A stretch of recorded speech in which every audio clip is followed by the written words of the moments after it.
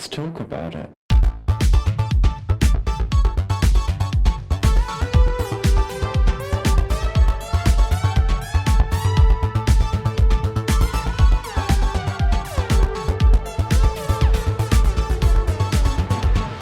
Hello and welcome back to Thicc Radio, the podcast where we talk about gaining, feedism, and everything in their orbit.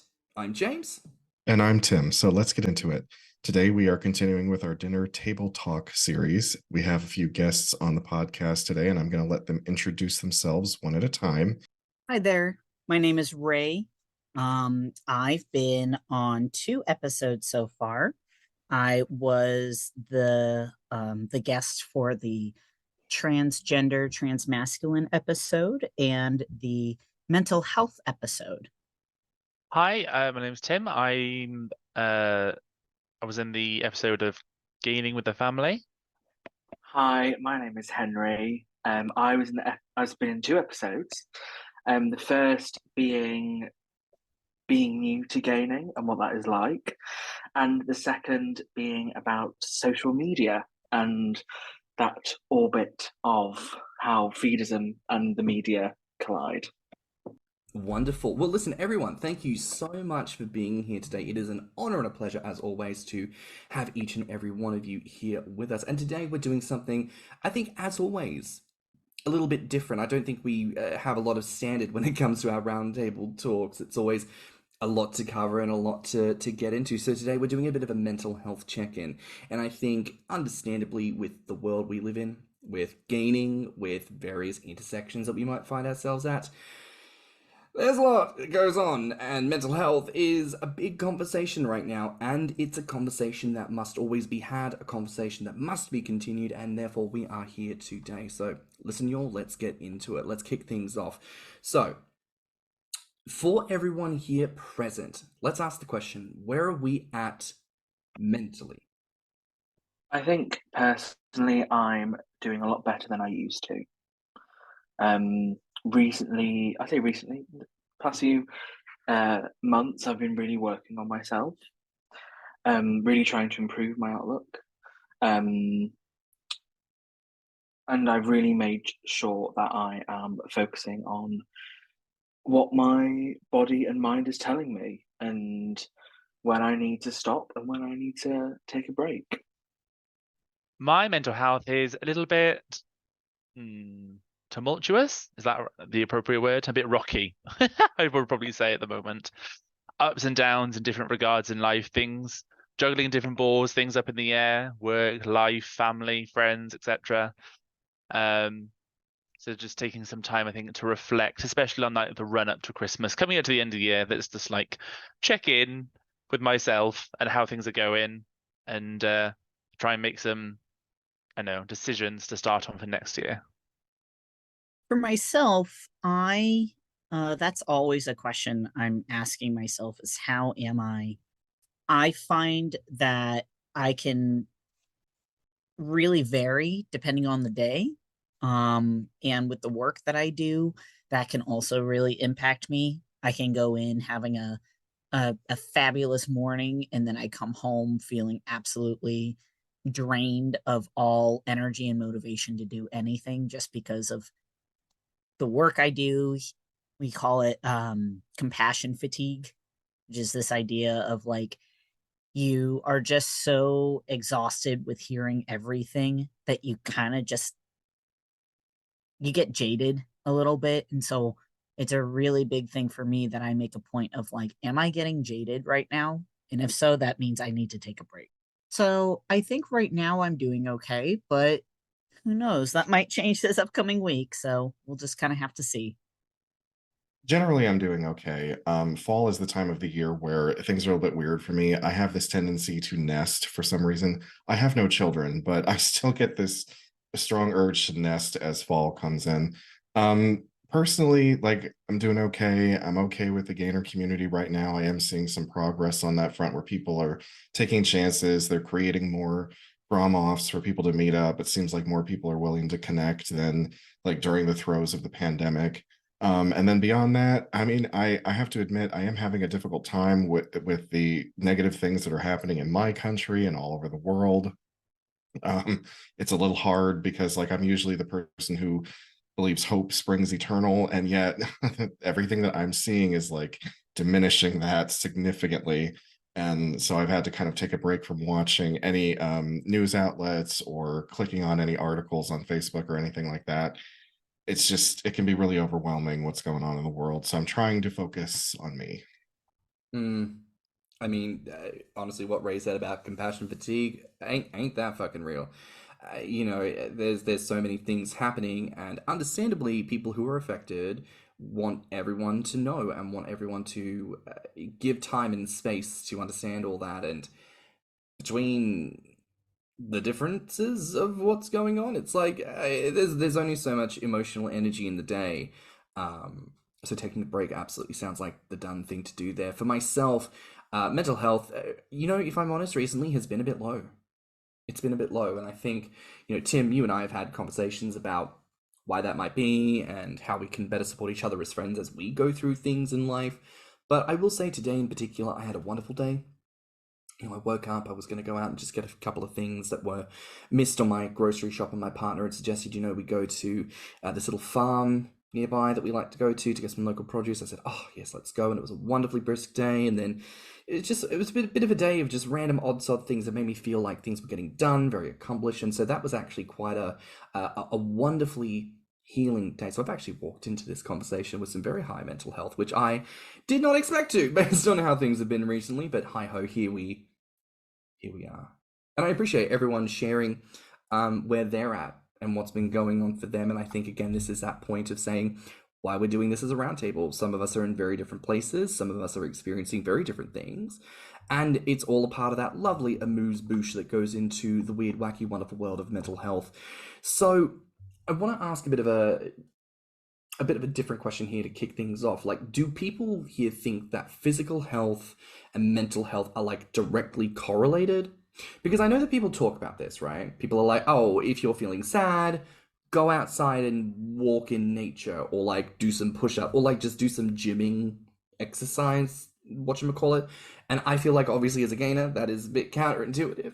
But just keen to feel the vibe of the room. What do people think? Does it have an effect? Does it not? Thoughts? I think it's more of a one-way streak than a two-way streak. I think your mental health can affect maybe your physical awareness, because I know, like, when I'm mentally not feeling well, the way I see myself as a person is always going to be less. So like the way I see my body, the way I see my size and the way I look, I just see that as negative. I don't see it as a positive. But I rarely think that if I'm in a positive mental health space, I don't think that. So I think it's like a one-way streak. It's more your mental health affects how you physically see yourself, if that makes sense. My perspective on that, I suppose I kind of see what you mean, Henry, and I do agree that it's like whatever you're feeling upstairs kind of escalates throughout the rest of your body, and not manipulates but controls you in a sense of how you live your life and the things you do and what makes you feel happy or sad, etc. I will say that for me, as well as probably some others, that sometimes my physical health will nudge back into my mental health, even if I'm having a good day and or a good week or a good month or whatever it is, I'm feeling good about myself, but then my physical health deteriorates to a degree. As an overthinker, I latch on to that like doubt in my physical ability, and then it just spirals, and I fixate on that, and I can't detach from it. And then that spiraling affects my mental health, and then puts me in like a different position. So it does come back to the mental health controlling your physical, but I will say there's like some essence of your physical affecting your mental. I like what both of you guys said there, with kind of reframing the way in which, you know, how these various different systems are at play and how they kind of can impact each other. There's, you know, as kind of speaking as somebody who, sees this regularly, that our physical body and our mind, they are inextricably linked. When we look at symptoms for mental health diagnoses, we also look at how that affects us physically. Even amongst the genders, men experience more physical fatigue when feeling, or men more often experience physical fatigue and irritability with regard to depression, whereas women may, this is obviously like just looking very generally, might be experience more moodiness and more physical upset. Same thing with anxiety. Some people might have more of the racing thoughts kind of thing, where some people have more of the physical reaction of feeling like they just cannot relax. If you have that permanently clenched jaw, or you're finding that you're sweating for no reason, and not because you're fat and not because it's hot outside, but because it's just you're so worked up over anything.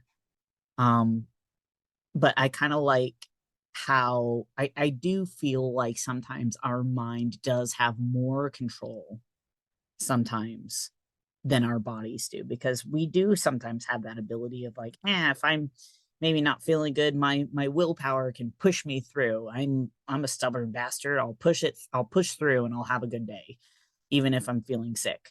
But if our mind isn't well, that's going to sink us all down. I think that our minds have a lot more control over how our bodies perform in a way than we might give it credit for.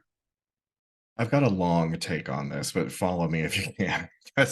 So I used to think that they were not related at all, because I think it had to do with like either the time that I was raised in or the people that I was raised around. It was this idea of, yeah, you can be sad, you can be upset, you can be whatever, but you still have to be useful. So like my parents were always like, okay, I know you're depressed, I know you're sad, whatever, but you still got to go, you still got to get up, you still got to shower, you got to eat, you got to go to school, you got to do your homework. And it was almost like, it was that early training of compartmentalizing your whatever's going on. It's like, yeah, you have this issue, but you got to shove it away because you have all these responsibilities that you have to complete. So I used to think that they weren't linked, and then I go to nursing school and I begin to learn more about the mind, more about different ailments and how they affect you. And in my line of work, I notice that a lot of times when someone is when someone is prescribed an antidepressant, they are also often prescribed an analgesic, a pain pill of some kind, because depression symptoms often manifest as physical pain, or like Ray was saying, physical fatigue. And even though I'm not a neurologist, if I follow the pattern of thinking logically, it's like, okay, so if you have a mental problem going on, and maybe it's the result of some sort of electrolyte imbalance or neurological transmitter imbalance, there's plenty of parts of your brain that regulate the things that go on in your body. Like take the hypothalamus, for example. It regulates hundreds of hormones into your bloodstream that control body temperature, heart rate, blood pressure, even mood, right?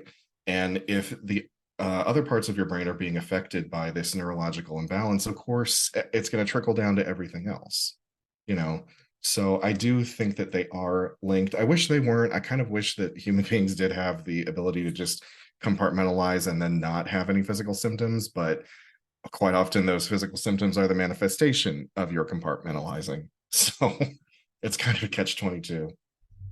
I mean, I think quite simply, your brain is a physical object. So therefore, even though we separate it and think of mental health and physical health as separate, what is happening in your mental space is a physical thing, because it's your physical brain. It's just this interesting idea that we think of ourselves in such a metaphysical way that we're like, oh, they are two separate things, when actually they are very much conjoined. And I feel like what's really interesting about that is how many people today still see mental health as like not real. They're like, oh, you're just all sick in the head, just spoonful of concrete and toughen up, princess, and all that other kind of like bullshit nonsense that people tend to say, Mum. When you're feeling a little not great, and then you just kind of internalize that and go, oh, guess I am just overreacting. I think I just need to go back to work, and that good old work ethic will straighten me out. No, some of us have mental health episodes, and then things aren't great for a bit. So, I think it's good to have that conversation around the link between the physical and the mental, because as we've all kind of explained here, yeah, like either something happening in the physical will affect what's happening in your mental health, something happening in your mind will affect your physical health, they'll affect each other simultaneously, or just like take each other down, just like shake hands and yeet off the cliff. Like, love when that happens. A conversation point I know that I've referenced recently is around the biggest discovery in my own gaining journey, which is that positive mental health is the greatest tool in my box when it comes to gaining, because I grew up with very poor mental health. And then I started the gaining process in my early 20s, couldn't figure out why I wasn't making progress. And then it was only after deciding to go on a journey of self-love, which I'm still on and will forever be on, right? It was only after I started going on that journey that I realized, wow, God, I'm actually gaining weight. Like, it was amazing. It was a miracle. But no, it's not. It's just I was looking after myself and making myself feel okay. And so therefore, the natural response to positivity is, I might eat more food. I might imbibe more. I might enjoy myself more, right? So I feel like there is a very strong link, and I like that. And I like that everyone's kind of touched on that in different capacities, So I want to ask for y'all, what are some of the biggest tools in your box when it comes to tackling your mental health? I got a good one.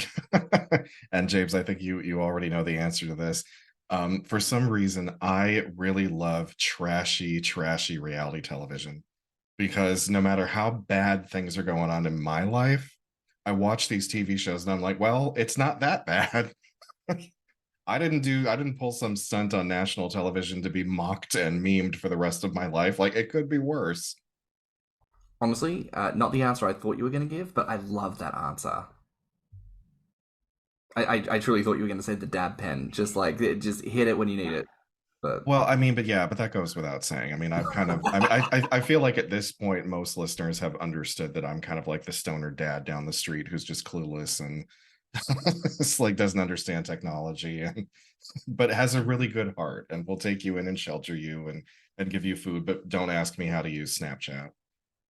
I think for me personally, I very recently started to stop drinking and smoking, mainly because it's a singer thing. I think that also kind of took into key. I was sat down by my singing teacher and said, you need to stop this because you won't become a tenor and you won't make any money. And I was like, okay. So I stopped, and then kind of through that, I then kind of realized that I wasn't being able to monitor my drinking as much as I was thinking that I was able to. I was slipping into my old habits. I was really struggling with it. I was beginning to overdrink and be consumed by it again. But it's only stopping that I then realised those things were going on. I think for me, that has been my kind of tool, is kind of noticing what people say around me, stopping things that are bad for you, that you shouldn't drink, you shouldn't smoke, and just focusing on kind of the normal healthy stuff that we always get told, which I feel like as a gainer isn't, again, counterintuitive, but not drinking and not smoking a pack of 20 a day is actually going to be quite good for you. I suppose my tool, couple of tools, is something that you'll see all over Instagram, and you'll look at it and you're like, oh, that's really obvious. I should do that every day, but you don't. Is a lot of just reaffirmation, where I know it sounds cheesy to say to yourself in the mirror, like, I'm beautiful, I look good, I'm not going to let all these like self-saboteur voices in my head set the agenda for today. Like, I'm going to say that I'm allowed to take up space, and I'm going to take up that space, and I'm going to own the space, and I'm going to be my fabulous self in it. Because it's so very easily just to get sucked down with other people telling you you're not good looking enough, or you're not fat enough, or you haven't gained as much as we thought you were going to, or you can't handle as much as that other person, or all these other types of things. So it's just a case of like, or if you can't do it for yourself because you feel like you can't do it, have a friend that can say that back to you. Because I'll often do that. I'll ring a friend of mine, and I'll be like, I'm having a low day, and then they're just like, they're on it. Like, girl, you look fabulous today. You look fabulous. Let's work. Fuck flexing, you're flabbing. We're loving it. And I'll instantly boost my mood and like, yep, we're gonna have a great day. Tim, I love that you embrace the positive affirmations. It's weird, but for me, I've never felt like positive affirmations kind of worked. But for the people that they do work for, I'm so glad that they do. I'm so glad that they do. In my own toolbox, so to speak, in regards to how I maintain positive mental health, there are a number of things. Making sure that I get enough sleep. If I don't get enough sleep, I'm not in a good space. Making sure that I have my medications. Making sure that I am engaging with people. That one is a hard one because I'm quite a big introvert by nature. And if I had it my way, I would stay home and I wouldn't talk to anyone. But humans are social creatures, and to some extent, we do need to have some form of social contact. So I make a point that if I am going to be talking with somebody, it's going to be someone I know who is going to only, well, I shouldn't say only be positive with me, because there are times when you need somebody to be calling you out on your bullshit, but somebody who is beneficial to me in one way or another. So whether it's a friend who's there to encourage me, maybe it's somebody to call me out on my bullshit, or maybe it's somebody to provide me with some insight and wisdom, having that always super helpful. So taking care of my physical body, taking care of my mind, and taking care of my relationships. All of that, which is a lot, but getting that into a good balance will maintain me, at least. I love hearing that. Especially, I want to refer to what you said there, Ray, about Tim and the affirmations. I think that's so important because oftentimes from people who are on the smaller side, sometimes from people who are on the bigger side, making comments like, I'm anorexic, I'm skinny, I'm too skinny, I'm not big enough, I'll never be big enough. And I don't think we take enough time to really recognize that when we ironically feed into that rhetoric too often, we become those people who are just miserable with our own growth. Like the thing that is meant to bring us such a huge source of joy, it becomes this depression because we're not treating it with respect. We're not loving on ourselves as we are where we are right now. So Tim, those affirmations I think are so important, right? I know for me in my toolkit, it comes down to taking time for myself and being honest with myself about a lot of things. Like I've kind of expressed a little bit, I've grown up in some scenarios where I hadn't necessarily been taught about choosing my own agency or even trusting my own mental perspective of things, right? To the point where often in the past I've gaslit myself about like the mistreatment I've received in the workplace or things that people have said to me where I'm like, I'm sure they didn't mean it like that. I know they often say things like that. And then of course it's always with the benefit of hindsight that you go, oh, they were just bullying me. And I fully let them because I did not realize that was happening. So the tool in my toolkit is to actually come to my defense first.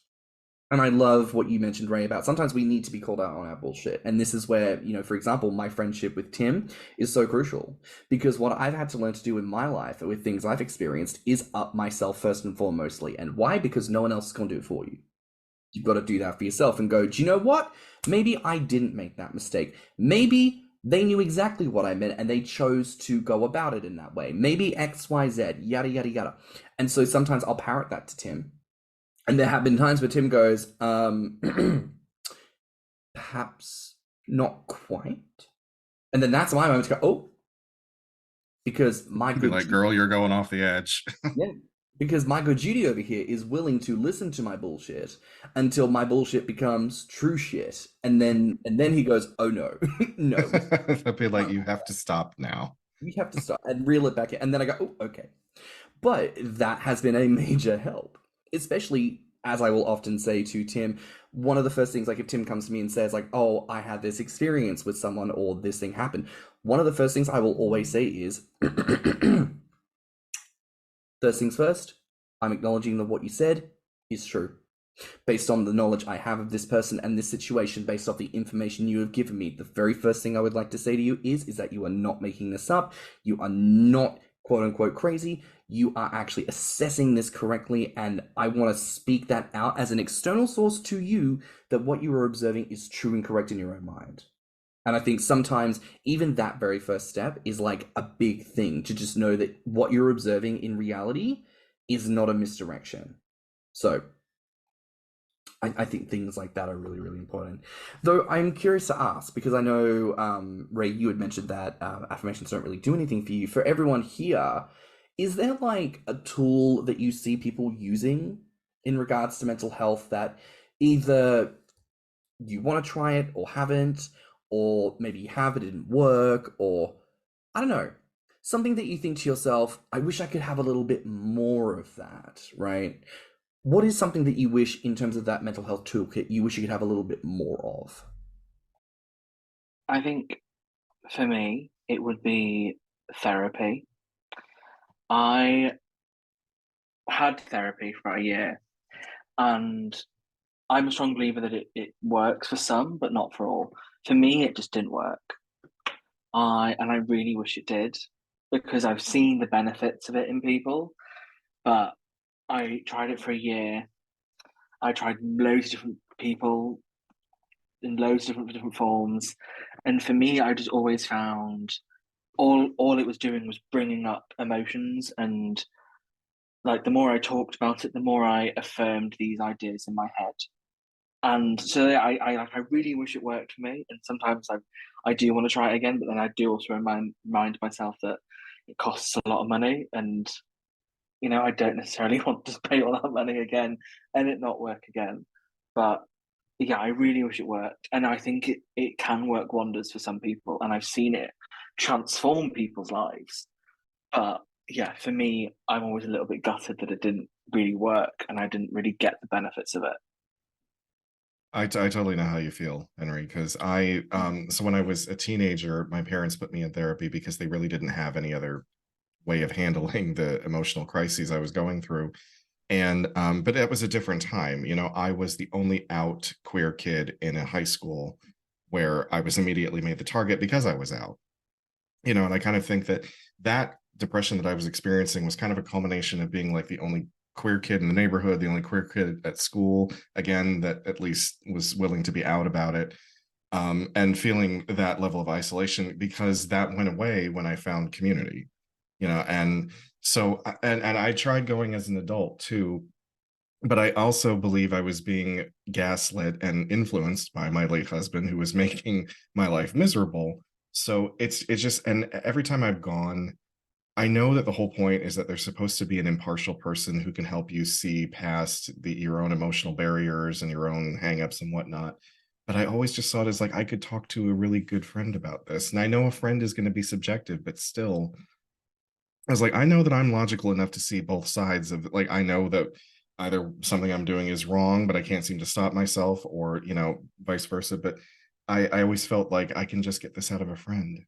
So I know how you feel about it not working. And I wish it worked for me too. I may potentially try it again, but like you said, it's a very expensive thing to do. Most insurance plans will cover a couple of visits, and then sometimes they put you on a sliding scale, but even that can be pretty expensive. So yeah, it's a difficult place to be.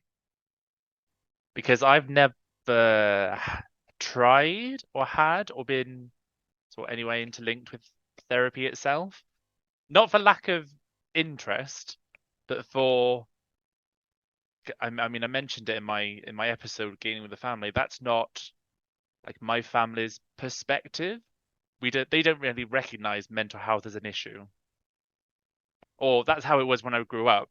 It was very much like, unless your arms or your legs broke and your arms falling off, you've got nothing wrong with you. Get up, go to work, go to school, do your job, do everything. Like, just keep ticking over. You got bills to pay, you got things to turn in, you got the car to wash. You know what I mean? You got grandma to pick up from the train station. Like, come on, get it together. Uh, so I suppose that's kind of affected me as an adult, because now I don't really know what the tools are or the people to see or the places to go. So I kind of reside a lot in talking to friends about mental health situations.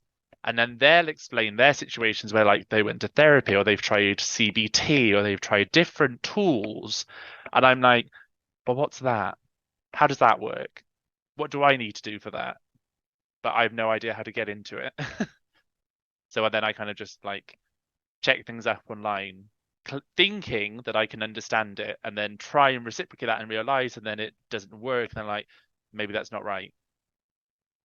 But then that's probably not how it's done.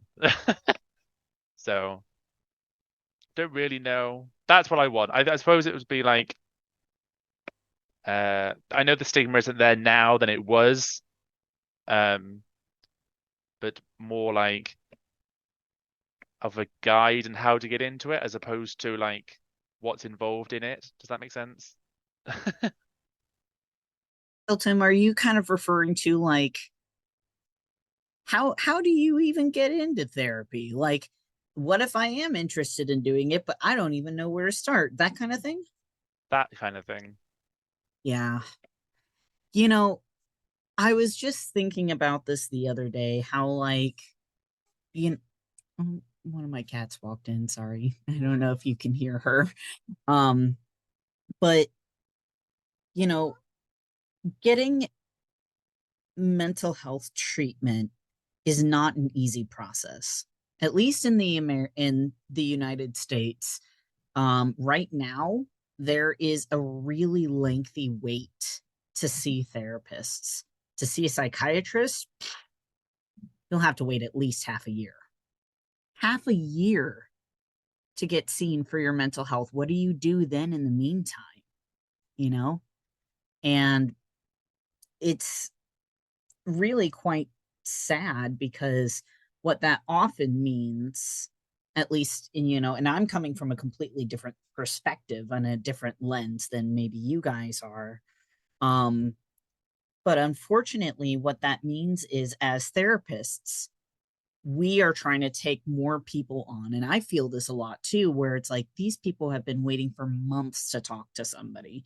And it's not someone who's just like, I don't know. I don't know if I really want to be here. But genuinely people who are like, I desperately need to talk to somebody. Please help. So we take on more people. Our hours go longer. We get more tired. Burnout happens. And then when we're burned out, sometimes the therapists quit.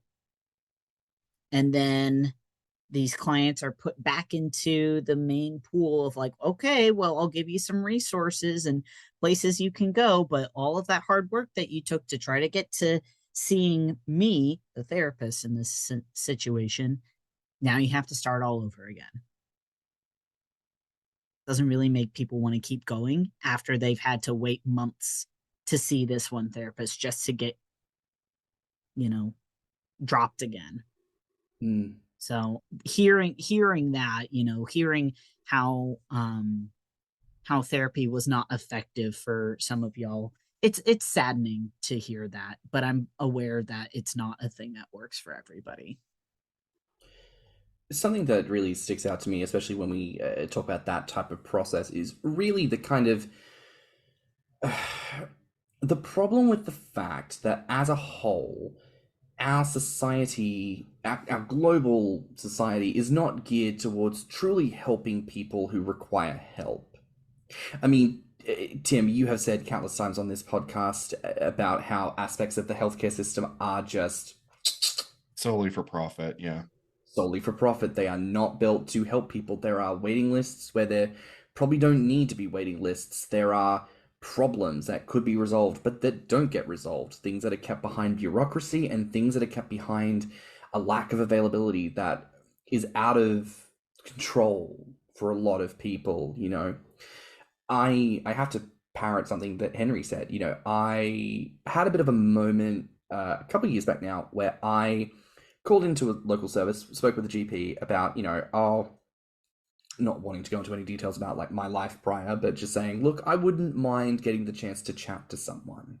And they kind of probed. I said, well, you know, I've experienced some different bits and pieces. I think I'm doing okay, but I just would love to chat to someone and just work out if there's anything under the surface that I could get on top of, because I don't want to be that person who, you know, is working a perfectly normal job and then something snaps and they go on like a murder spree or something like that.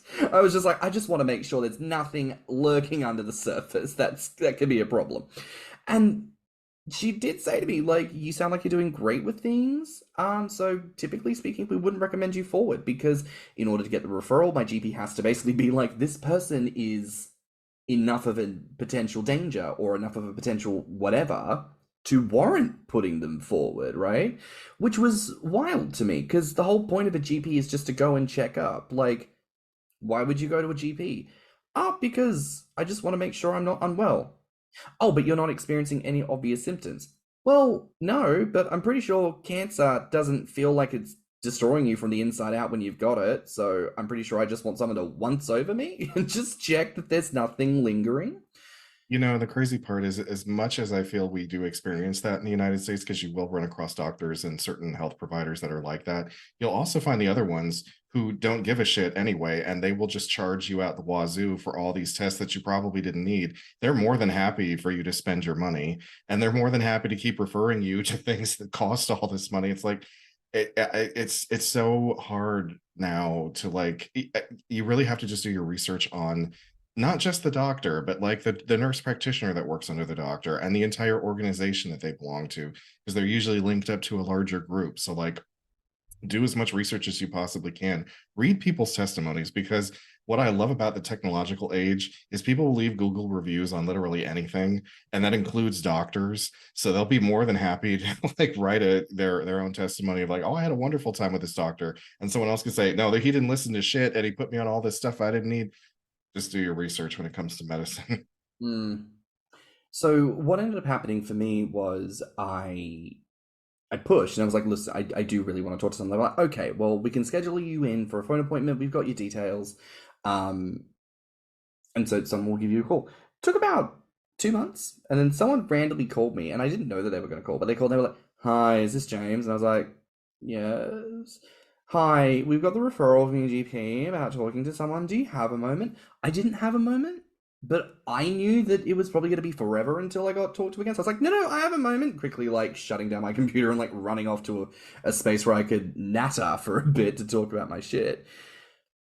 And so even though I told them about, like, traumatic childhood things and, you know, whatever else had gone on in my life, they were like, listen, because you seem to be handling this well, because you're able to talk about the things that happened to you, we're not going to assess you as a high needs case. So what we're going to do is we're going to give you a link to this program, which helps you to develop skills. And that was the phone call. They sent me a link to this thing, which most of the tools on that thing were like, talk to friends, affirmations. And I was like, this is it?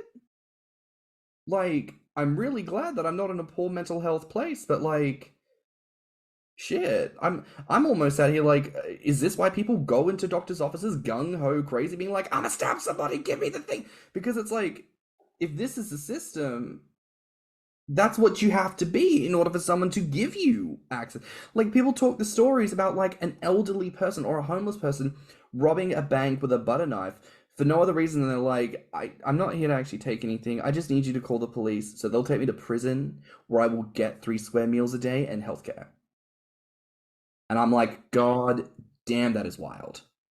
So I think just kind of jumping off that, so I've done a lot of work recently in a community centre, working specifically with people who have really bad mental health, who are in really dire situations, using the arts to help them.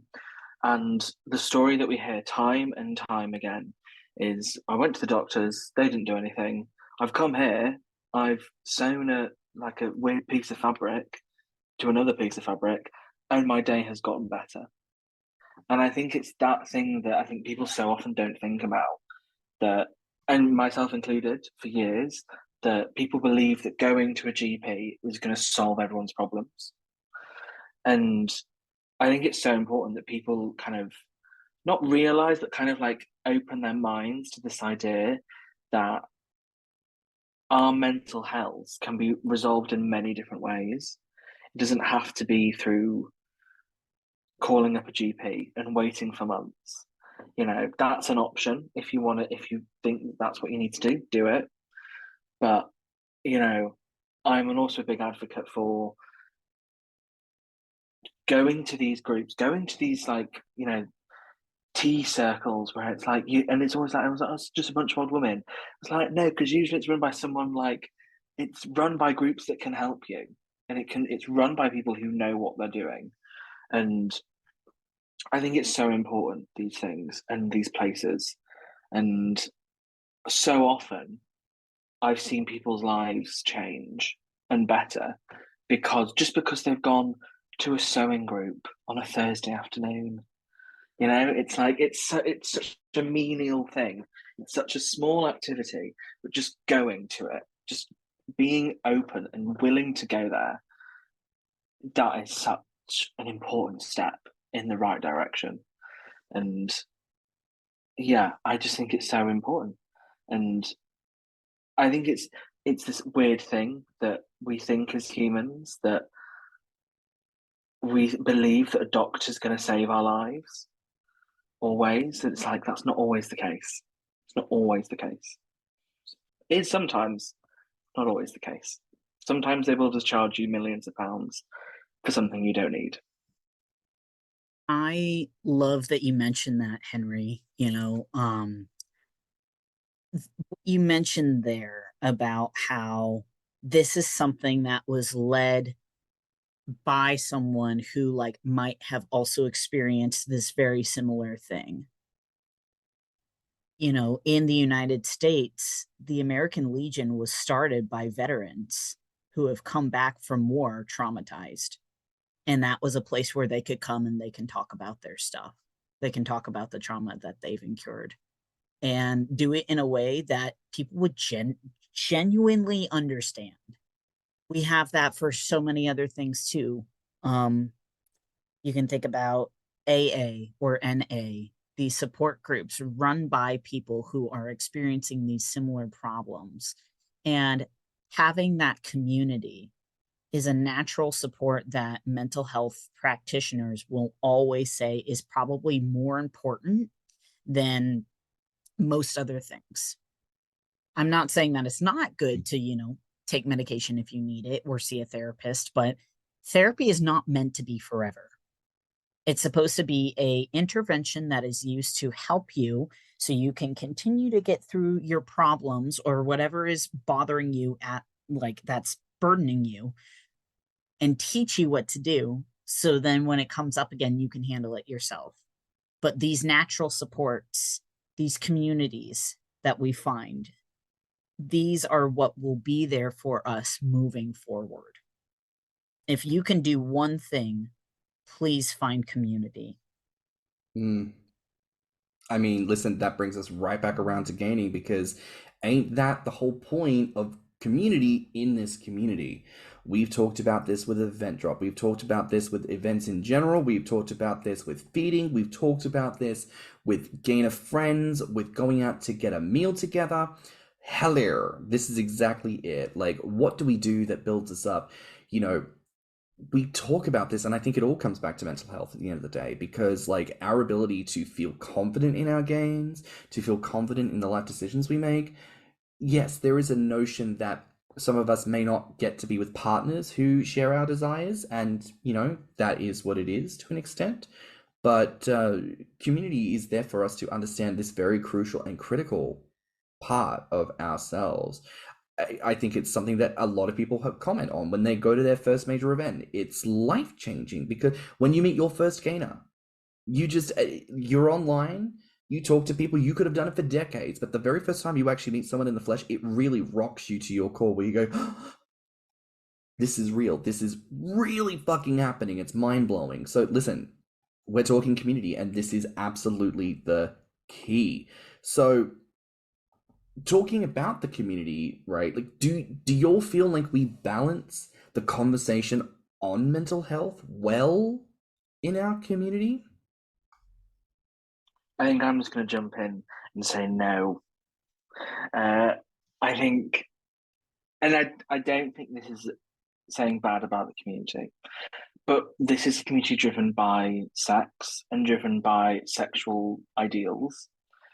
So, and that's, I think, possibly for a majority, I'm not entirely sure. I've not encountered a majority yet. They're there for fun. They're there for a sexual encounter.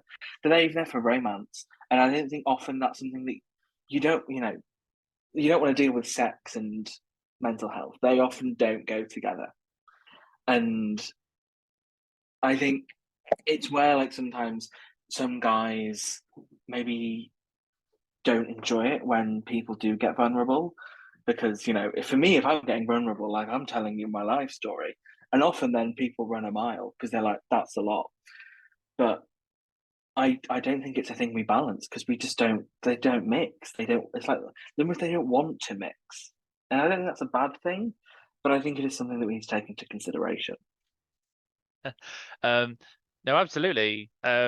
I was going to say that there's such a heavy emphasis in the community of physical attributes that people forget the mental attributes. So many people will just scroll through Grommr, and all they're interested in is the next biggest person they see on their feed. Or if 5 people message you, the person that's most likely going to get the attention is the biggest person, if that's what you're into, or the most muscular person, etc., etc. But there is just a disconnect, it feels, in the community between respecting and validating their physical attributes and their appearance and their goals and their gains and everything they've achieved. Fantastic, that's brilliant. But also just remember they're people. Let's validate their mental health as well as their physical. Let's just remind them that even if they haven't gained as much weight as they wanted to, or they thought they were going to, that they still look great. They're not forgotten about. They're still loved. They're still like welcome in the community. You're not immediately marched out if you haven't put on 20 pounds in your first month of membership. Do you know what I mean? Like there's no way bridge into this community. Call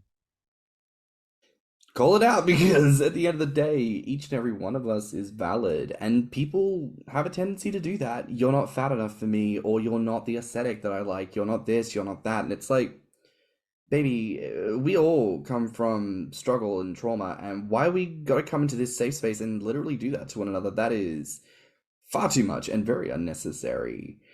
I mean, to pivot slightly here, I want to ask Ray, from the conversation we had today, what is an aspect of mental health that maybe would be good for us to focus on?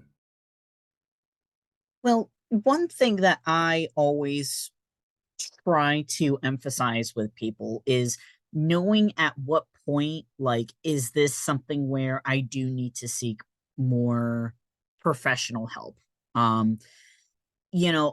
From what I see a lot, and it's all about, being in tune with yourself and kind of understanding and really knowing yourself. People will come into therapy when it's the 11th hour when it's like I am doing my absolute worst.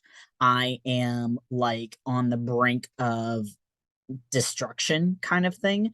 And that's good.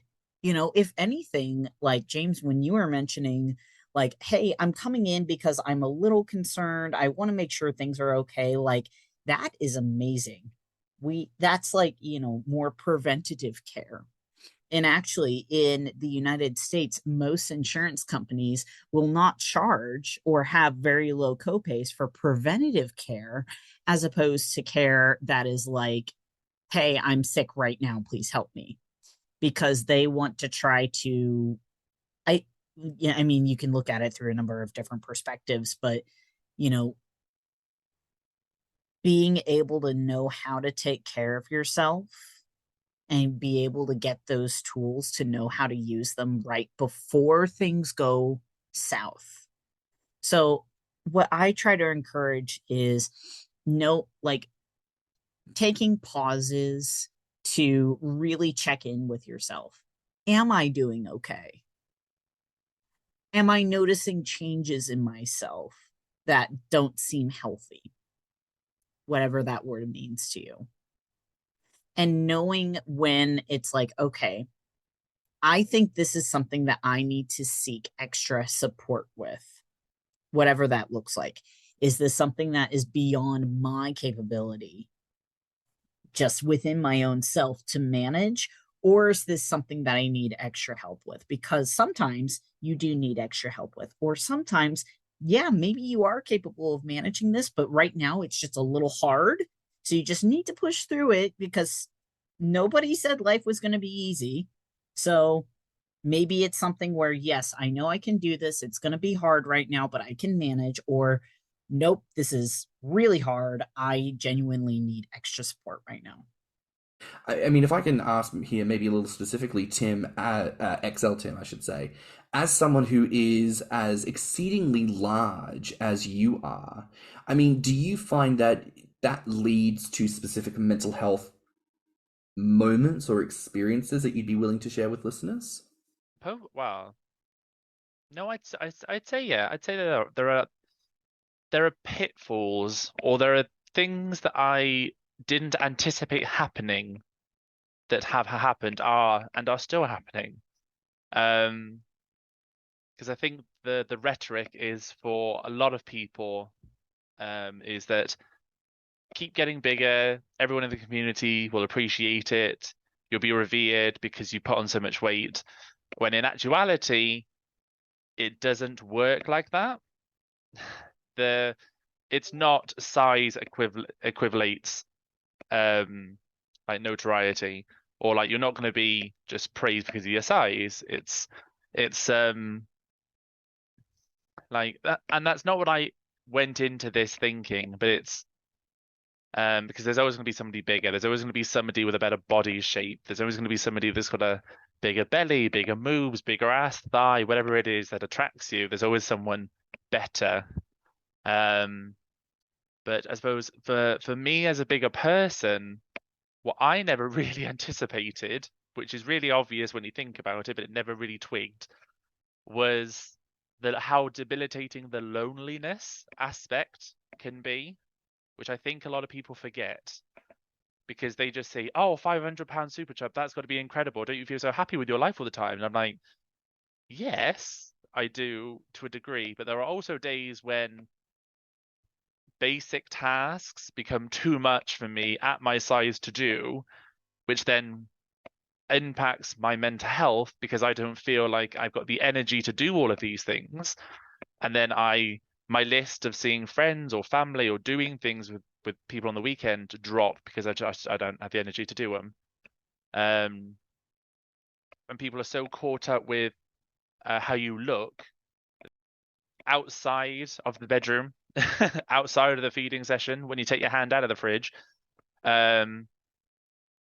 life ticks on, and you're 500 pounds all the time, not just in the scene, not just on the web session, not just on the video, not just while eating that pizza. Like, you can finish, turn the camera off, and then you're still 500 pounds, but you're alone. and there is nobody else with you. And if you're struggling to do things, no one is there to help you. You've got to be independent and be strong enough, willed and physically, to be able to do everything that a 200-pound person can, especially for those people that aren't in relationships, or some of those people in relationships that don't get the support from their partner. 100%. Conversations about fantasy and reality, conversations that people don't want to address, and yet this is a very real thing, a very real experience. I mean, to contrast that, Henry, you're quite plump yourself, but as a younger person, like, what is your take on, I mean, obviously we talked to the community at large does not really support in terms of mental health, but like in terms of, you know, those facets, addressing the realities of the gaining process and the ways that maybe that affects our mental health. Do you think that, one, that people have that conversation these days? And two, do you maybe observe those struggles in maybe older or more established members in the community, at least by your observation? Yeah, I think as someone who is, you know, on the younger side of things, I often talk to people about it. But I also know I'm very lucky. You know, I have a great friend who we both are very open about our sexual lives and kind of our sexual pleasures, and we talk we talk a lot about our sexual pleasures, mainly because, you know, we kind of grew up together, so eventually you run out of things to talk to, you know, when you're having a pint, so you end up talking about getting fat. And I wish more people did it, but I do kind of, when I look at the older people in the community, maybe people who've been around longer, who have, you know, more active as well, I often see them talking about it, but I think the way they talk about it is always really interesting to me. It so often comes from a place of, it's often very blunt, and it's very much kind of similar to what Tim was saying about the fat doesn't go away. It's always there. It's always on your body, and it won't leave you. And I'm very lucky that I had an amazing feeder encourager when I was a bit younger. I say a bit younger, like a year ago, who was always very honest with me and was very, you know, every few weeks he'd send me messages like, are you sure you want to do this? This isn't something that is lighthearted. This is an intense thing to do. And it always like makes you check yourself and makes you kind of go, this is what I want to do. How am I feeling about this? Do I still want to gain? Do I still feel like this is the right path for me? And yeah, so I think I know I'm blessed, and I know I'm very lucky that I've had a lot of amazing people around me, but I do kind of see it a lot, and I see it in a very blunt capacity. Like, it's very much people telling you the truth, whether you like it or not. I think this has been a really good episode just to talk about what we're all experiencing, and I think, especially from what Ray said, some very necessary knowledge about things we can do, especially as far as things are preventative. So I just want to ask everyone, what are some closing thoughts on mental health you want listeners to take away from today's conversation? I mean, it's a field that's constantly evolving.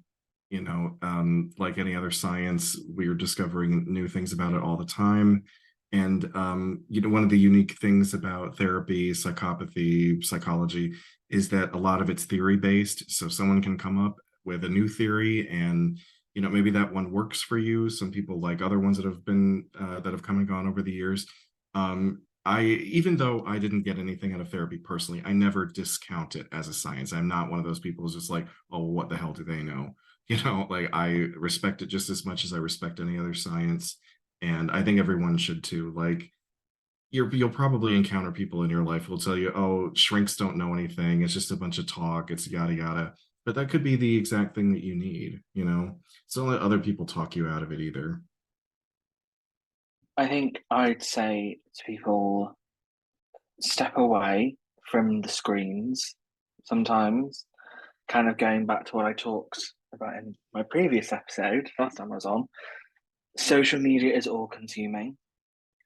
And if you are not careful, you will live your life on these phones. And, you know, as lucky as we are to have Grommr, I think it's, if you want, you can scroll for a lifetime. And I think sometimes it's really important just to step back and to focus on the real things in the world. You know, a screen is just that. It is a 2D image. That's all it is.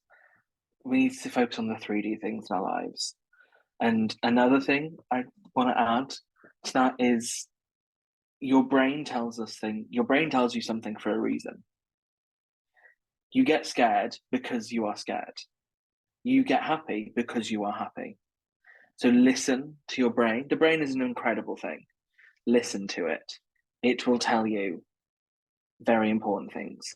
I suppose mine is just to reach out to your friendship circle or other people in the community that you've spoken to or you want to get to know, and ask how they are. It might seem a bit of a daft opening message to somebody, but I would much rather see that message from somebody's like and asking how I am, as opposed to the you look big, you look fat, you look sexy, all this kind of jazz. I'm like, I would rather that. And it's just a case of just checking in with your friends in the community and outside of, just to see how they are, just to lend them your ear for like 5-10 minutes and have a chat about things, how their life's going, take an interest in what they're doing, because I find that it pays tenfold on the return. If you reach out to 10 people and spend some time with them, they're gonna return the favor back to you when you need it, and sometimes when you crucially need it. Well, I don't know what else to say that hasn't already been said at this point. There's already been so many great things that have been mentioned. You know, Henry, I love what you mentioned about social media. I think it can be a blessing and a curse at the same time. And Excel, Tim, what you said about reaching out to people, always super helpful. Being able to check in with yourself to know when it is that when you know that you need someone.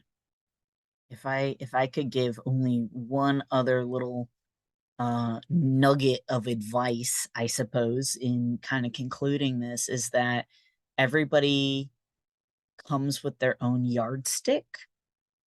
Don't measure yourself based off of another person's yardstick, because, you know, we're apples and oranges. We're all made differently. It's not appropriate to measure yourself off of somebody else's measurements of what somebody else might count as success. That's not your measurement of success. It's worth having a conversation about, what do you define as success for yourself? What do you define as a good life? It doesn't have to be what everybody else's is. So take some time to ask yourself those questions. Maybe that might help direct you in a different way, or help you move forward in a way that is more beneficial for you. And truly, this has been an incredible episode. And if I can say one thing here to close out, you know, and I know I've said this before, one of the greatest things you can do when you are feeling kind of trapped in your own mind is to focus on other people, because it immediately gets you out. If you are stuck in your trauma, in your sad place, look at other people and think, how can you give them the help that they need? How can you invest in other people and also celebrate their joys and their victories? You may find that something that you need, and all you need, is just a bit of distance. That, of course, doesn't besmirch anything else that you might need in that moment, but sometimes that is what we need. So, much like Henry said, listen to yourself. Give yourself a fighting chance. But I think this has been an incredible episode. And I just want to say thank you again to every single person for being here today and giving of their time. So if I can ask, where can our listeners find each of you online? And we'll go with Ray first. You can find me on Instagram at translaardvark. You can find me on Grommr as butterballbelly or on Instagram as butterballbelly.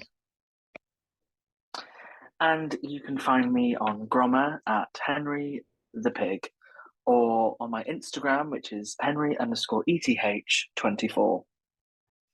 Gorgeous. Oh, fabulous. Well, listen, thank you everyone so much for being here today, but that's a wrap for now here on Thicc Radio. Please remember to like and subscribe, rate us 5 stars, and leave us a good review.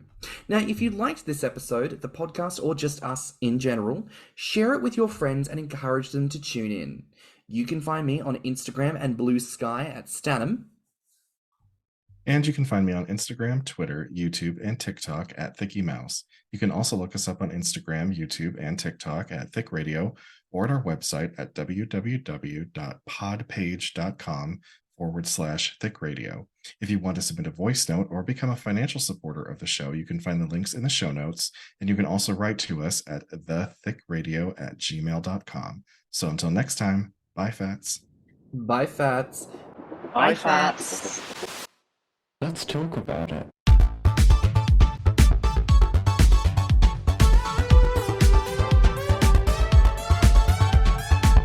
Thicc Radio is a Patreon and Enter app podcast produced by Stannnum and Thiccy. Mixed and mastered by stannnum. Our artwork is provided by Lokitu. Our theme song is provided by Butterballbelly.